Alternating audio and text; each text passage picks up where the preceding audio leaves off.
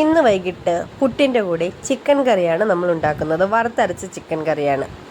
ഹോസ്റ്റലിലേക്കുള്ള ഫുഡാണ്. അങ്ങനെ ഇന്ന് വെളിയിൽ വലിയ ഓട്ടുരുളിയിൽ വെക്കുന്നതുകൊണ്ട് വെളിയിലെ അടുപ്പിൽ ഉണ്ടാക്കാമെന്ന് വിചാരിച്ചു. കുറേ നാളായി നമ്മൾ അടുപ്പൊക്കെ കത്തിച്ചിട്ട്. അങ്ങനെ അടുപ്പിൻ്റെ കുറച്ച് മണ്ണൊക്കെ മാറ്റിയിട്ട് ഇച്ചിരി കുഴി പോലെയാക്കി അതിലേക്ക് ചിരട്ട കൂടുതലിട്ട്, വേറെ പൊത്താനൊന്നും നമുക്കില്ലാത്തതുകൊണ്ട് ചിരട്ടയിട്ടു. അതിനുശേഷം 2-3 കൊതുമ്പ് കിട്ടി. കൊതുമ്പ് അതും കൂടെ വെച്ചിട്ട് ഡീസൽ ഒഴിച്ച് നല്ല രീതിയിൽ കത്തിച്ചു. എന്നിട്ട് ഓട്ടുരുളി എടുത്ത് വെച്ചു. നല്ല വെയിറ്റ് ഉണ്ട് അതിന്. അങ്ങനെ അതെടുത്ത് വെച്ചു. അതുകൊണ്ടാണ് നമ്മൾ അകത്തെ ഗ്യാസിൽ പാകം ചെയ്യാതെ അടുപ്പിൽ പാകം ചെയ്തത്. പിന്നീട് അതിലേക്ക് ഉരുളി ചൂടായി വന്നപ്പോൾ അതിലേക്ക് നമ്മൾ എണ്ണ ഒഴിച്ചു കൊടുത്തു. എണ്ണ ഒഴിച്ചതിന് ശേഷം എണ്ണ ചൂടായി വന്നപ്പോഴത്തേക്ക് കടുകിട്ട് കൊടുത്തു. പെട്ടെന്ന് ചൂടാകുന്നുണ്ടായിരുന്നു, കാരണം നല്ല കട്ടിക്കുള്ള തീയാണ് ഇട്ട് കൊടുത്തിരിക്കുന്നത്. ചിരട്ടത്തീയാണ് കൂടുതൽ വന്നിരിക്കുന്നത്. അങ്ങനെ കടുക് പൊട്ടിയതിന് ശേഷം നമ്മൾ അരിഞ്ഞു വെച്ചിരിക്കുന്ന സവാള, തക്കാളി, പച്ചമുളക് ഇവയെല്ലാം കൂടെ അതിലേക്ക് ഇട്ട് കൊടുത്തു. ഇട്ടതിന് ശേഷം ഇളക്കുന്നതിന് വേണ്ടി ഒരു തവി എടുത്തിട്ട് വന്നു. അതിന് ശേഷം ഉപ്പ്, നല്ല രീതിക്ക് ഉപ്പിട്ട് കൊടുത്തു. ഉപ്പിട്ട് കഴിഞ്ഞാൽ പെട്ടെന്ന് വാടും, അതുകൊണ്ടാണ് ഉപ്പ് അപ്പോഴും തന്നെ ഇട്ട് കൊടുത്തത്. അതിന് ശേഷമാണ് ഇത് ഇളക്കാൻ ഇച്ചിരി പാടുണ്ടായതുകൊണ്ട് ഉപ്പിട്ട് കുറച്ച് കഴിഞ്ഞതിന് ശേഷമാണ് ഇളക്കിയത്. ഇളക്കുമ്പോഴത്തേക്ക് തീയൊക്കെ നല്ല രീതിയിൽ നമ്മുടെ മുഖത്ത് അടിക്കുന്നുണ്ടായിരുന്നു. എന്നാലും അടുപ്പിൽ വെക്കുന്ന ഫുഡിൻ്റെ ടേസ്റ്റ് ഒന്ന് വേറെ തന്നെയല്ലേ. അങ്ങനെ തീ വെച്ച് നല്ല രീതിയിൽ എരിച്ചുകൊണ്ടിരിക്കുകയാണ്. അതിനുശേഷം നമ്മൾ തേങ്ങ വറുത്തരച്ചാണല്ലോ വെക്കുന്നത്. അപ്പോഴ് കോക്കനട്ട് വറുക്കാനായിട്ട് നമ്മൾ അകത്തെ സ്റ്റൗവാണ് ഉപയോഗിച്ചത്. നമ്മൾ ഇൻസ്റ്റൻ്റായിട്ടുള്ള കോക്കനട്ട് ഡ്രൈ പൗഡർ വാങ്ങിക്കുകയാണ് ചെയ്യുന്നത്. അതാകുമ്പോൾ വറുത്ത് വരുന്ന സാധനമാണ്. നമുക്ക് ഒത്തിരി വറുക്കേണ്ടതായിട്ട് വരുന്നില്ല. അങ്ങനെ അത് ഒരു 2 പാക്കറ്റ് നമ്മൾ ഒരു 200 ഗ്രാമിൻ്റെ 100 ഗ്രാമിൻ്റെയും കോക്കനട്ട് പൗഡറാണ് എടുത്തത്.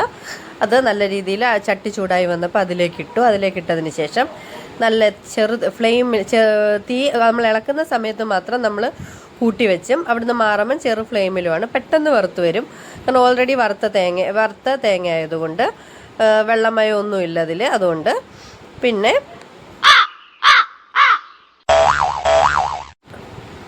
അത് വറുക്കാൻ ഗായുവിനെ ജസ്റ്റ് ഒന്ന് ഏൽപ്പിച്ചിട്ട് പുറത്ത് തീ അണഞ്ഞു. അങ്ങനെ തീ എരിക്കാനായിട്ട് പോയി.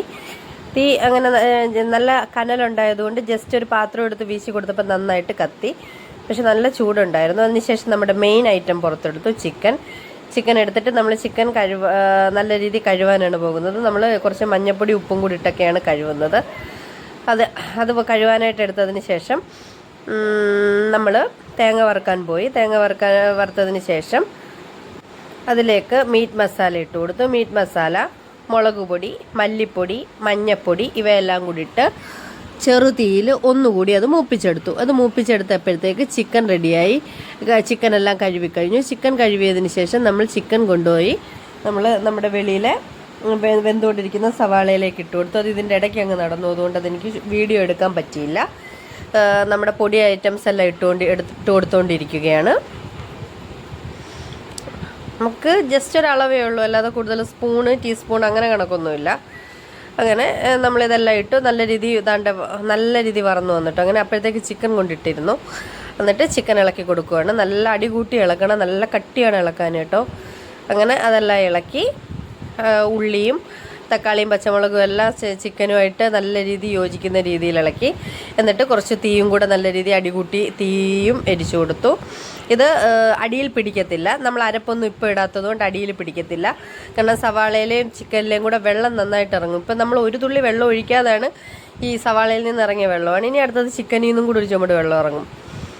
എന്നിട്ട് നല്ല രീതിയിൽ ഇളക്കി വെച്ചു.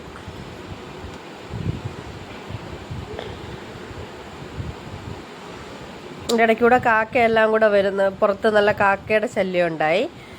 നമ്മുടെ ചിക്കൻ കറിയുടെ അടുത്തോട്ടൊന്നും വന്നില്ല, എന്നാലും കാക്കയുടെ കുറച്ച് ഇതുണ്ടായി.